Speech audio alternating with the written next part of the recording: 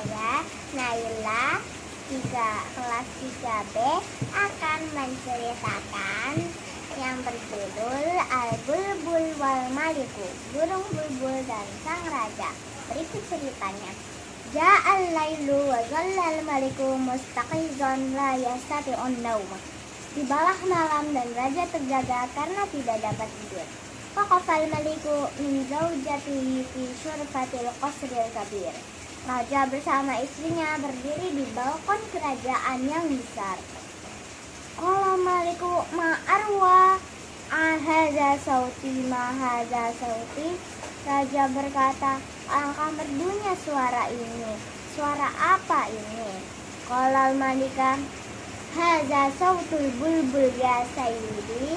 Ratu menjawab, ini suara bulbul wahai tuanku. Wa fi sabahi ahdarahur rasul bulbul. Dan di pagi hari para penjaga mendatangkan bulbul.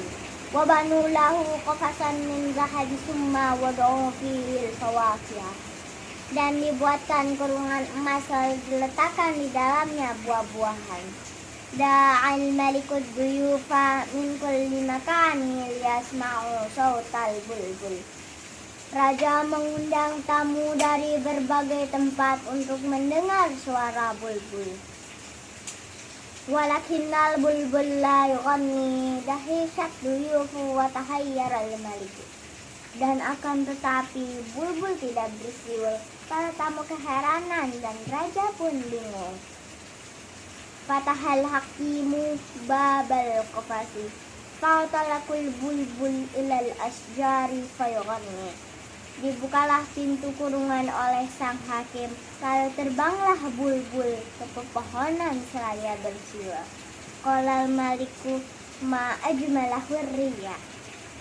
Raja pun berkata, alangkah indahnya kebebasan. Tamat ceritanya Ustazah. Wassalamualaikum warahmatullahi wabarakatuh.